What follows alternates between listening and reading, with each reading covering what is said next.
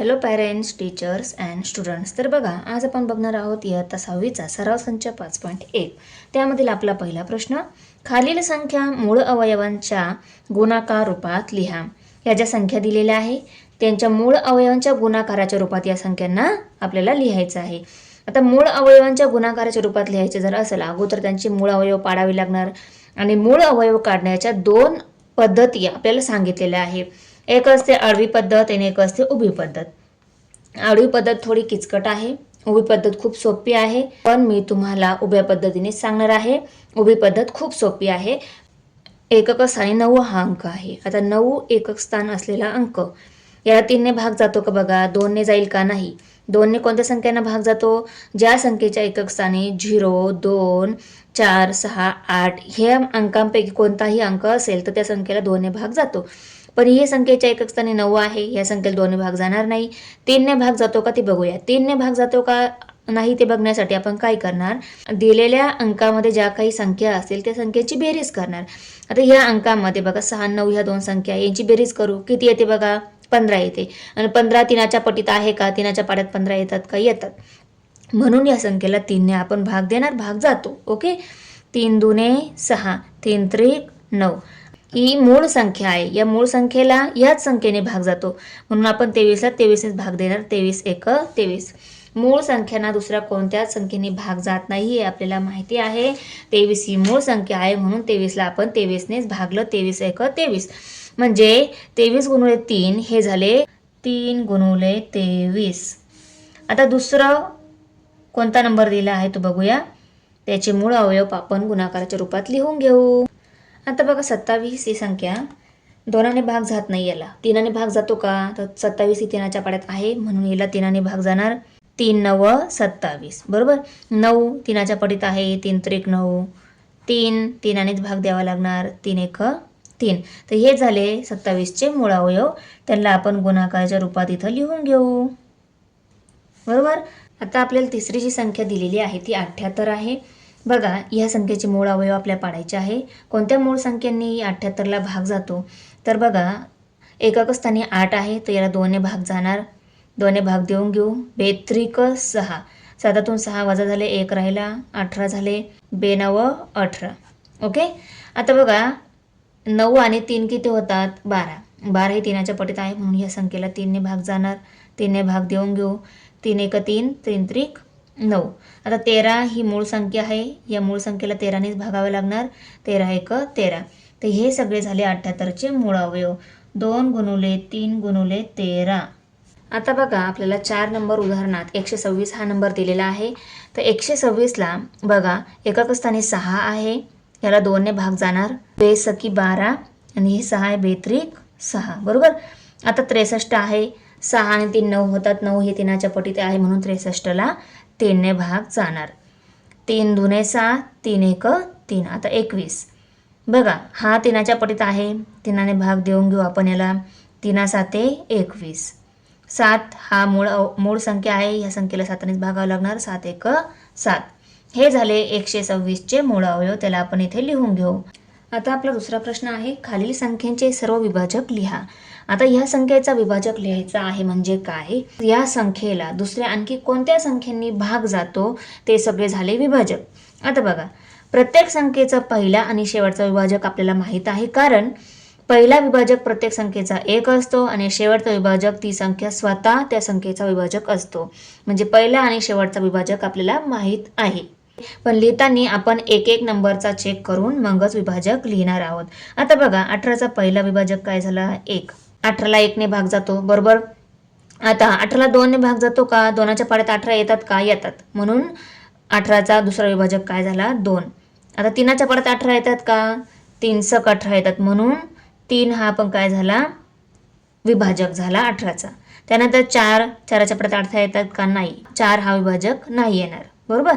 त्यानंतर 5 ने भाग जाईल केला, नाही. 5 ने कोणत्या संख्येला भाग जातो, ज्या संख्येच्या एकक स्थानी 5 किंवा 0 असेल त्या संख्येला भाग जाणार नाही, म्हणजे या संख्येचं विभाजक 5 येणार नाही. त्यानंतर 6, 2 आणि 3 ने भाग जात असेल तर 6 ने भाग जातो. 6 2 साहित्रिक 18 येतात, आपल्याला माहिती आहे. त्यानंतर 7च्या पाड्यात 18 येतात का, 7 2 14, 7 3 21 नाही, 7च्या पाड्यात 18 येत नाही म्हणून याला 7ने भाग जाणार नाही. 8 दुने 16. 8ने भाग जातो का? नाही जात. 9ने जातो का? जातो. मग आपण इथे 9 हा त्याचा काय लिहिणार? विभाजक लिहिणार. त्याच्यानंतर 10च्या पाड्यात 18 येतात का? 11च्या पाड्यात 18 येतात का? 12च्या पाड्यात 18 येतात का? नाही येत. 13च्या पाड्यात 13 दुने 26 येतात बरोबर. 14च्या पाड्यात 14 दुने 28 येतं. 15 दुने 30. 16 दुने 32 येतं. 17 दुने 34. नंतर 18चा पाडा येत आहे म्हणजे 18 हा काय झाला त्याचा शेवटचा विभाजक. 2 1 2 3 6 9 आणि 18 हे सर्व काय झाले? 18चे विभाजक. येत आहे लक्षात? आता छोटी संख्या असेल तर त्या नंबरच्या टेबलपर्यंत आपण एक एक टेबल चेक करत जर गेलो तर आपल्याला विभाजक लिहिता येणार आहे. पण मोठी संख्या असेल तर तिचा आपण यू पद्धत किंवा गुणाकार पद्धत वापरून विभाजक लवकरात लवकर काढू शकतो. बघा आता आपल्याला 18चे विभाजक काढायचे. यू पद्धत आणि गुणाकार पद्धतकार म्हणतात. त्याच्यामध्ये गुणाकार येतो आणि यू पद्धत म्हणजे विभाजक यू पद्धतीत मिळतात म्हणून त्याला काय म्हणतात? यू पद्धत. आता बघा हे 18चे जर आपल्याला विभाजक काढायचे आहे आपण यू पद्धतीनं कसे काढणार? तर बघा 1 18 इथे येतात 18 येतात. त्यानंतर 2 9 18 येतात बरोबर. 3 सक 18 येतात बरोबर. तर बघा 3 नंतर 4ने भाग जात नाही, 5ने भाग जात नाही, डायरेक्ट 6ने भाग जातो. 6 नंतर 9ने, 9 नंतर 18ने भाग जातो. म्हणून हे अवयव आपल्याला यू शेपमध्ये मिळाले आहे. बघा आपण जर त्याला बघितलं तर ते कसे आलेले आहे? असे आलेले आहे. येत आहे लक्षात? 1 2 3 6 9 18 यू शेपमध्ये आलेले आहे. म्हणून आपण याला यू पद्धत किंवा याच्यामध्ये गुणाकार आहेत म्हणून आपण त्याला गुणाकार पद्धत पण म्हणू शकतो. ही पद्धत केव्हा वापरायची? जेव्हा खूप मोठ्या संख्या दिल्या जातात तेव्हा आपण ही पद्धत वापरायची. या पद्धतीने आपल्याला मोठ्या संख्यांचा विभाजक लवकरात लवकर मिळून जातो. इथे विभाजक लिहू शकतो 1 2 3 6 9 आणि 18. हे काय झाले? सगळे 18चे विभाजक. आता 56चे आपण विभाजक काढणार आहोत. कोणत्या पद्धतीने? गुणाकार पद्धतीने किंवा यू पद्धतीने आपण काढणार आहोत. तर बघा पहिला अवयव आपल्याला माहिती आहे. बघा पहिला अवयव 1 गुणिले 1 गुणिले 56 56 येतात. त्यानंतर या 56ची युनिट प्लेस जर आपण बघितली 6 आहे. याला 2ने भाग जातो म्हणजे 2 हा त्याचा काय असणार आहे? विभाजक असणार आहे. आता 2 गुणुले किती केल्यानंतर 56 येणार? तर बघा इथं संख्या 1ने वाढलेली आहे, इथं 1ने कमी होणार. 56च्या निम्मी संख्या कोणती? 28. म्हणून आपण इथं लिहू शकतो की 28. मग असं बघितलं 28 जुने पण काय होतात? 56 होतात बरोबर. एकक स्थानी 6 आहे. आता 3 विभाजक आहे की नाही याचा कसं ओळखणार? या संख्यांची बेरीज किती येते? संख्येला 3 भाग जातो का बघा. म्हणजेच संख्यांची बेरीज 3च्या पटीत येते का बघा. 6 आणि 5 11 होतात. 3च्या पटीत संख्यांची बेरीज येत नाही म्हणून याला 3ने भाग जात नाही आणि 3 विभाजक पण येणार नाही. त्यानंतर 4ने भाग जातो का बघा. 4ने भाग जातो नाही ते कसं बघणार? एकक आणि दशक स्थानची जी संख्या तयार होते त्या संख्येला 4ने भाग जात असेल तर पूर्ण संख्येला 4ने भाग जातो.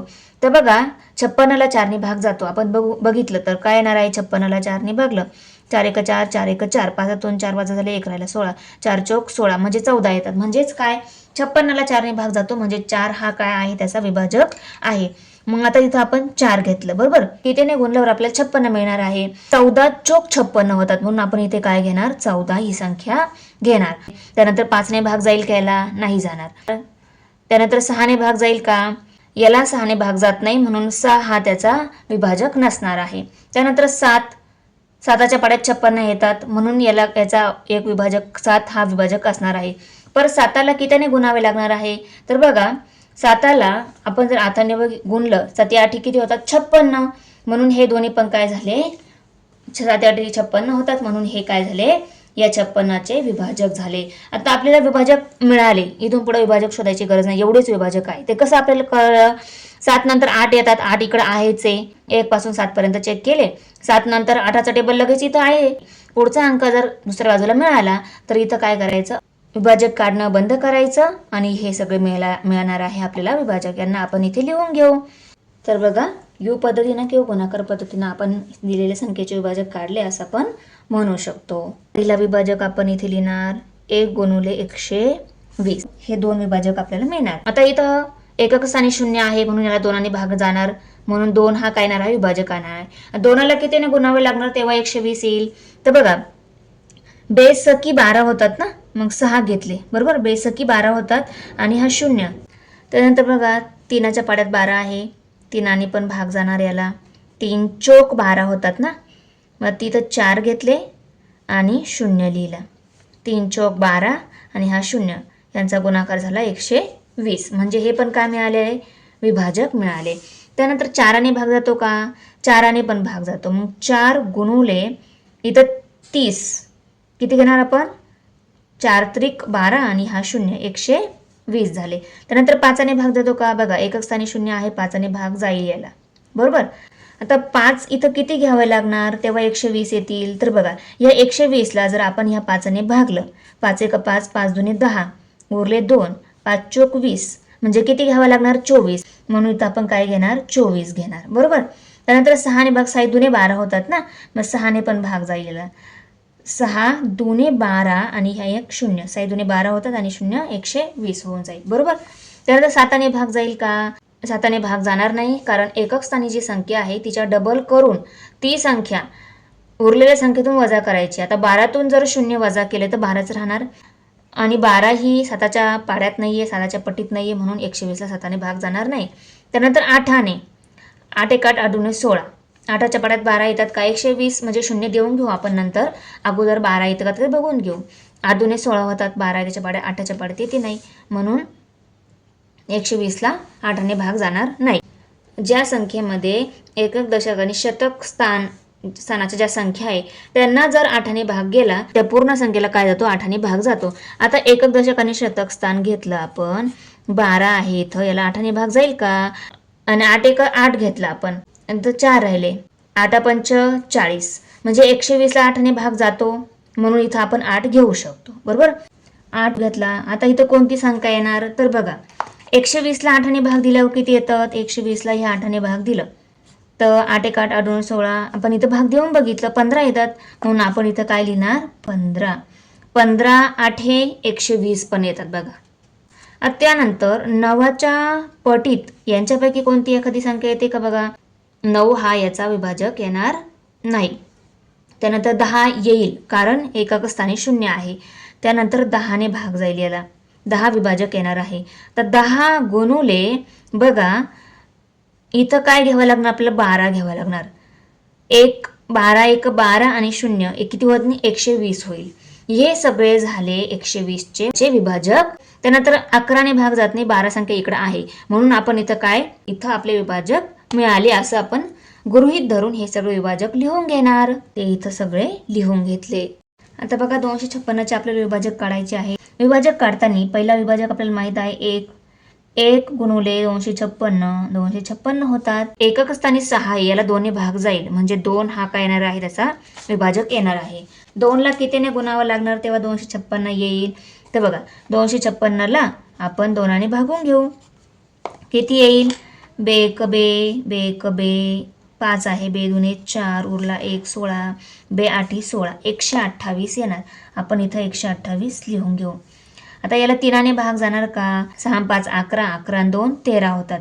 संख्येची बेरीज 3च्या पटीत असेल तर त्या संख्येला 3ने भाग जातो, 3च्या पटीत नाही, 13 ही 3च्या पटीतले नाहीये, 3च्या पाड्यातले नाहीये, म्हणून याला 3ने भाग जाणार नाही, 3 हा अवयव येणार नाही. त्यानंतर 4ने भाग जातो का, बघा 4ने भाग जातो की नाही ते कसं कन्फर्म करणार आपण, 56ला आपण 4ने भागून बघू. एकक आणि दशक स्थानचे जे अंक आहे ते घ्यायचे संख्येमधले आणि त्याला 4ने भागून बघायचं. 4ने भाग जात असेल विभाजक येणार आहे, बरोबर. 4 1 4, 4 1 4, 5 4 वजा झाले, 1 राहिला, 16 4 चोक 16, म्हणजे 4 हा विभाजक आहे. तर 4ला कोणत्या संख्येने गुणावं लागेल तेव्हा 256 होईल. तर 256ला आपण 4ने भागून बघू, 256ला आपण 4ने भागून बघू.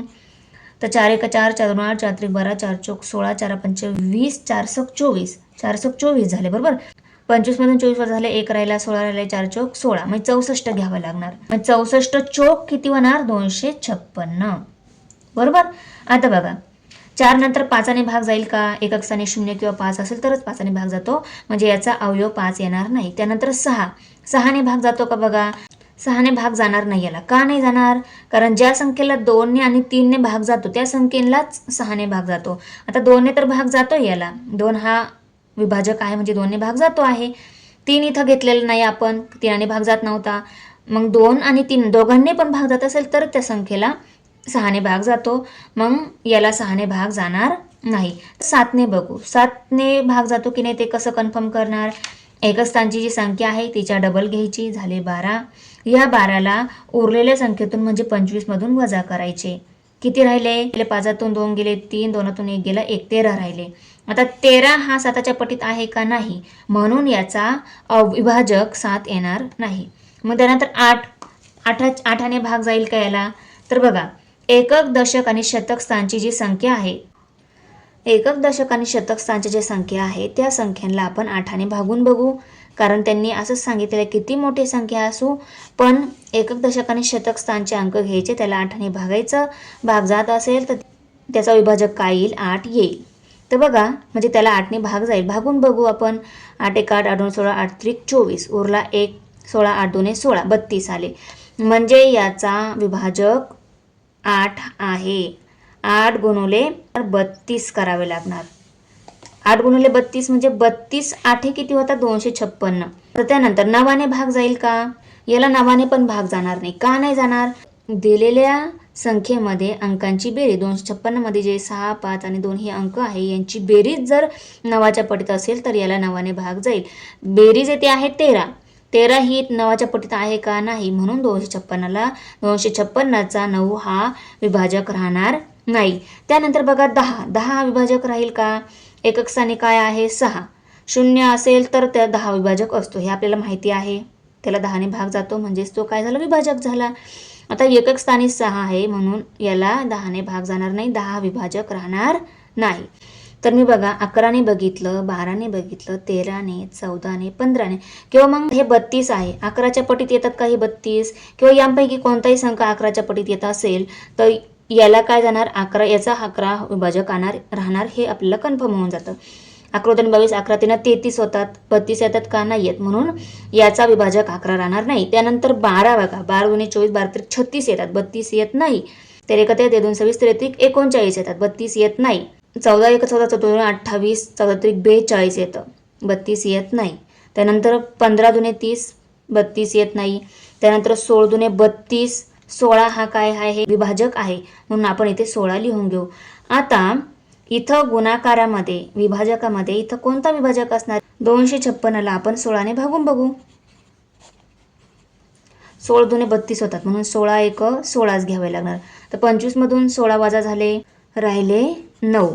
तर बघा 16 सक 96 होतात. 9 आणि 6 की झाले 96, म्हणून 16 सक 96 होतात, म्हणून इथं काय येणार आहे? 16 येणार आहे. तर बघा 16 गुणुले 16 केला तर 256 येतात. आणि 16 नंतर 17चा टेबल बघायचा काही विषयच येत नाही, कारण 16 नंतर परत तिथे 16 मिळालेला आहे, म्हणून इथपर्यंतच हे सगळेच काय आहे? याचे फक्त विभाजक आहे. तर ह्या विभाजकांना आपण इथे लिहून घेऊ. आता आहे की नाही सोपी पद्धत? यू पद्धत आणि गुणाकार पद्धत ही सगळ्यात सोपी पद्धत आहे. 16 डबल नाही लिहायचा, जरी इथं आहे या बाजूला तरी एकदाच लिहायचा. आणि 32 64 128 256 लिहून घेतले. बघा 67 हा मूळ संख्या आहे. मूळ संख्येचे अवयव 2 असतात, आपल्याला माहित आहे. पहिला 1 असतो आणि दुसरा तो नंबर स्वतः, म्हणून 67. हे मूळ संख्येचे हे 2च अवयव आहे, म्हणून हे दोन्हीच काय झाले? या संख्येचे विभाजक झाले. कारण ह्याच 2 संख्यांनी त्याला भाग जातो, म्हणून ह्या 2 काय झाले? त्याचे विभाजक झाले. तर चला लिहून घेऊया. तुम्ही म्हणाल की मॅडम की दिलेल्या संख्या ह्या मूळ संख्या आहे, हे आपण कसं ओळखणार, कसं लक्षात ठेवणार? इथे तुम्हाला काय दिसतं आहे? 1 ते 100 मधील फक्त ज्या मूळ संख्या आहेत त्याच दिसत आहे. तुम्ही काय करायचं? त्या संख्येंना एका पेजवर लिहून ठेवायचं आणि तुमच्या स्टडी रूममध्ये वॉलला चिपकवून द्यायचं. त्यांना दुसऱ्या कोणत्याच संख्येने भाग जात नाही हे माहिती असणं खूप आवश्यक आहे. चला तर व्हिडिओ कशी वाटली मुलांनो? तुम्ही जर आमच्या चॅनलवर नवीन असाल चॅनलला नक्की सबस्क्राईब करा. भेटूया पुढच्या व्हिडिओमध्ये.